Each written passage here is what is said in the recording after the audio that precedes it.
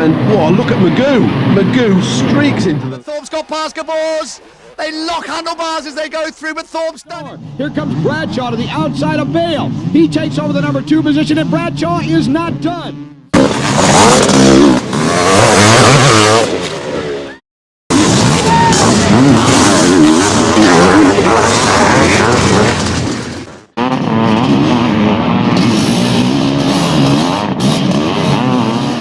Welcome, Motocross History Channel team. Today I'm putting out a video about whether or not the 500 two-stroke is dead in America. So, is the 500 two-stroke dead in America?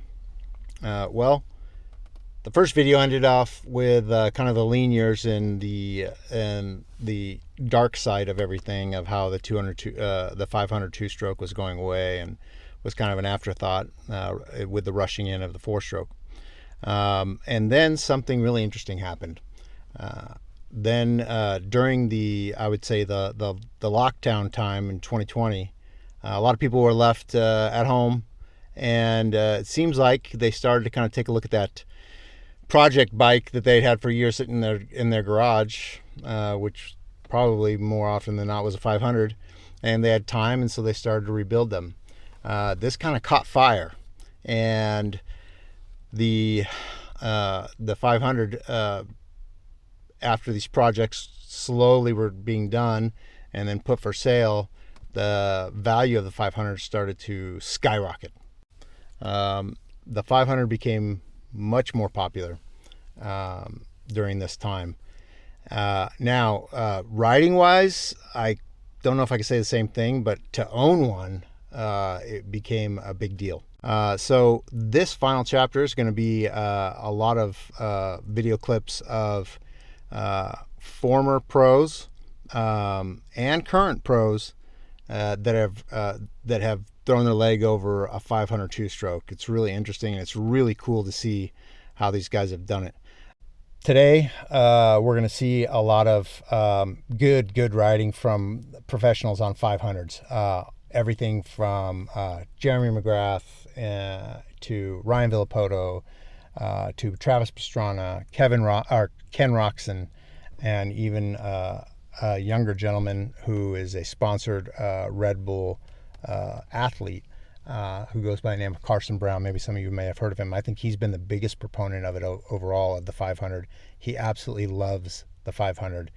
And so you'll be able to see these pros ride everything from resto mods like an RM250 with a 500 CR500 motor to a straight fully restored KX500 to a straight fully restored WR500, even a CR480. It's awesome. So without further ado, I hope you guys all enjoy this, and let me know what y'all think, and thanks for watching, and make sure to subscribe and share this with your buddies. Thanks.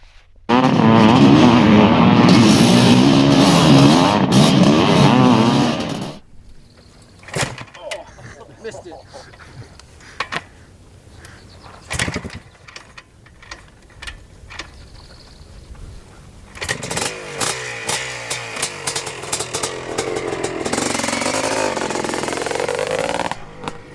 All right, folks, here we go. Ryan Villapoto, WR 500.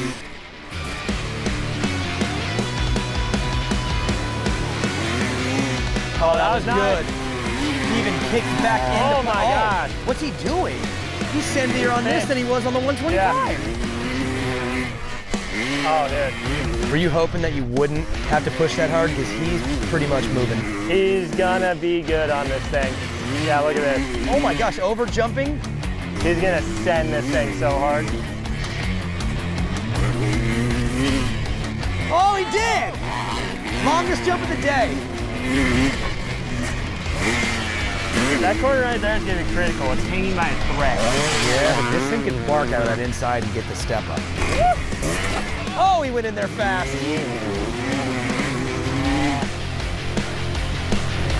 Yep, look at that. Yeah. Gave you nothing to work with in that corner. Oh, he's spin. Inside lines, dude. Oh, hey.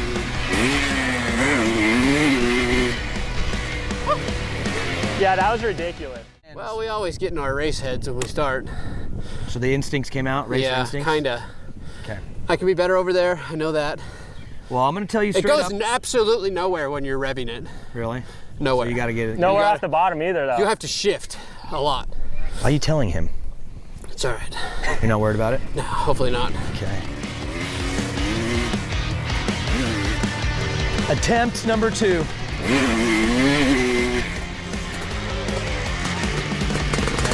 I like him through there.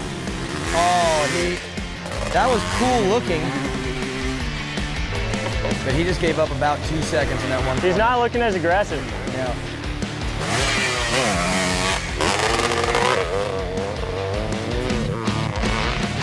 Seems to be respecting the track. Yeah, he's respecting it. Yeah, he is. Keeping it fair for now. 5-minute lap time beats a DNS, for being honest. There's that line. Look at, ooh, he's working in. See that?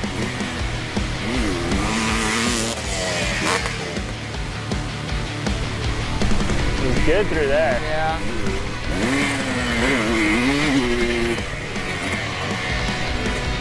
Well, I will tell you, that was not as fast, but it surprisingly wasn't that far off the first ones.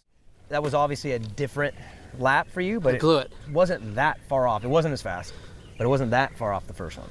Yeah. But I will tell you, the wheelie drop in. Over the berm? That was nice. that Kevin was cool. Wyndham style. That may have Learned been that from the old man. K-Dub. That may have been one of the cooler K-Dub. things I've seen today. Yeah. So. I need more Euro style in me.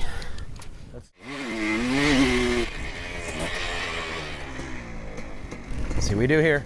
Oh, Okay. that'll work. That'll work. Wasn't perfect, but definitely not as bad as the second one. Okay. I'm liking it. Not for me, but for him. Yeah. If I'm you, I'm a little concerned. A little. That's nice. What he does through there. I think he was holding it on Look further how than we smooth were he's at one getting his point. landing. Dude, he is using the downsides. Yeah, I think he just drug some peg. So here's a real question. You as a rider, do you see him and take some of that and apply to you, or do you say, no, I'm Carson Brown, I ride like me? And then, you know I'm just gonna send it wicked. And like I said, I might end up in a tree. I might end up faster than him. So what you're saying is you're gonna stick to you. I'm gonna stick to me. If I get a good lap that I'm comfortable with, I might change it up a little bit, but. So the strategy from the beginning Yeah. is be you. Okay? Ooh. Man, he went fast into there. Yeah, he's going, I think he's going faster. Yeah, I think this one's gonna be faster. Oh, switch the outside right there. Oh, he don't care about a little OJ right there. It's his last one. Oh! Here we go, here we go. What's the verdict? I'll have to check with Lit Pro. But it was close. So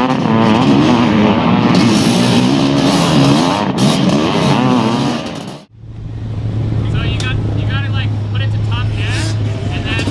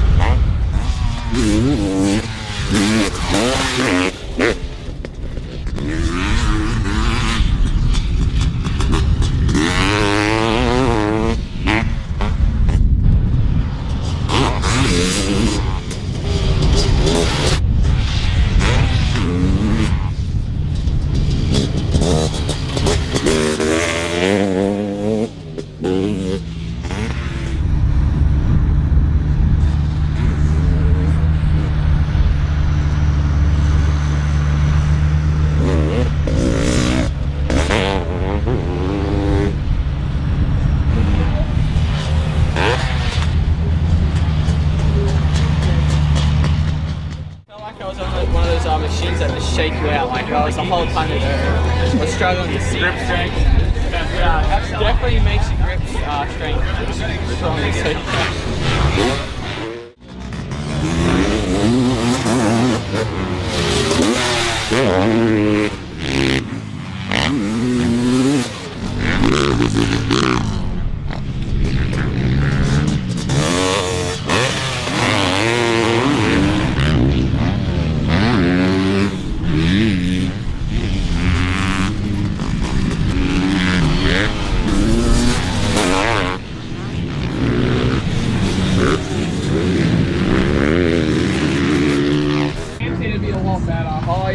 Like, I mean, the thing's already sick, but just like, it is a lot of vibration.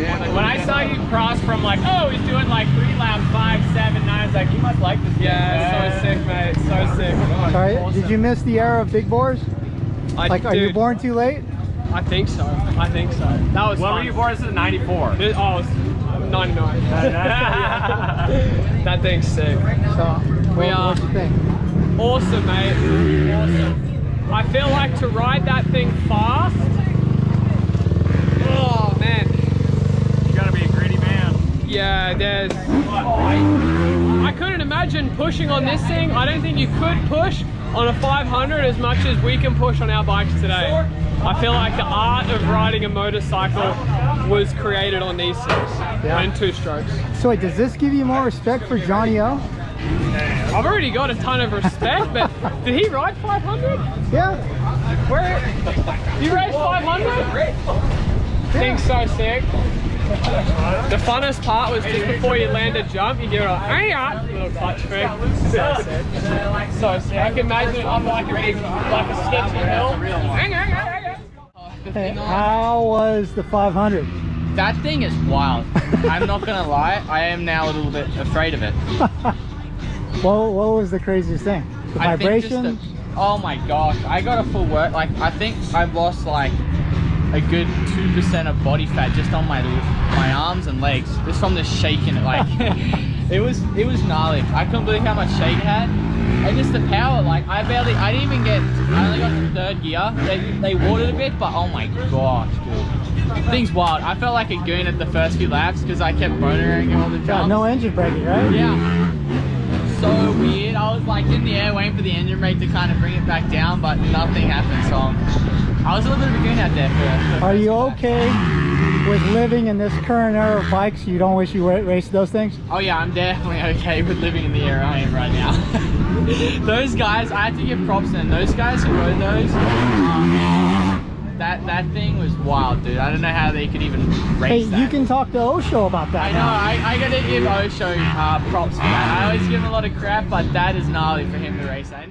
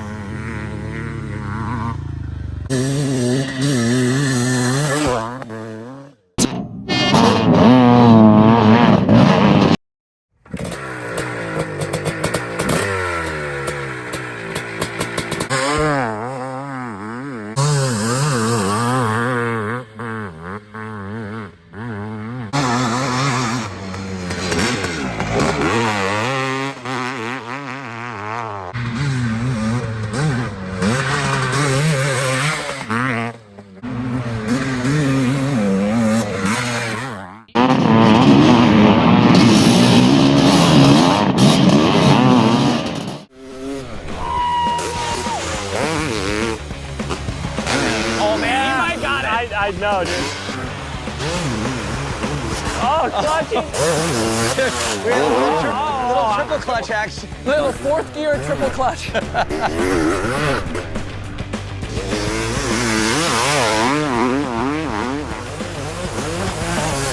that sounds familiar. Dude, that exiting that turn, it has that little hook in it. Yeah.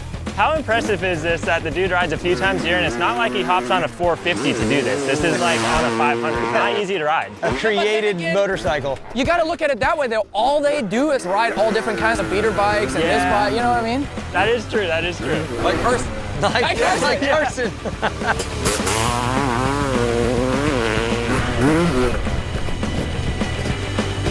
Hand right now is locked on that grip. Very. Careful. Oh, and his toe, dude, it almost... Oh. Like, how badass that turn? He does the same thing. You know, on the 250, You guys he have must pushed him have to a new limit that this place has never seen.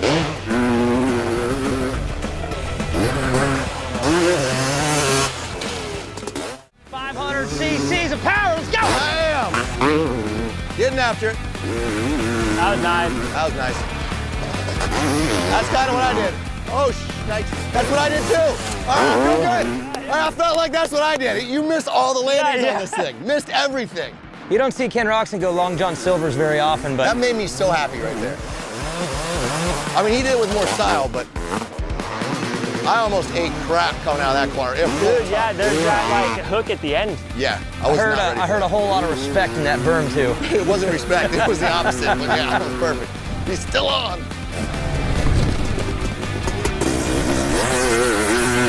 I actually got that back corner pretty good. Going up that hill? Well, I slowed it up a little more than I wanted to coming in, but it really got me up clean.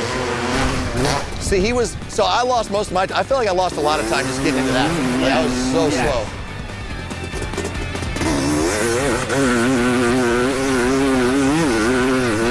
Holy crap. Oh, wow. Dude!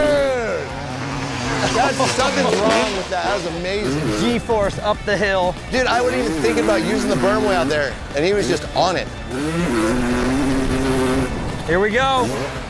Oh my God! Oh my God! Dude.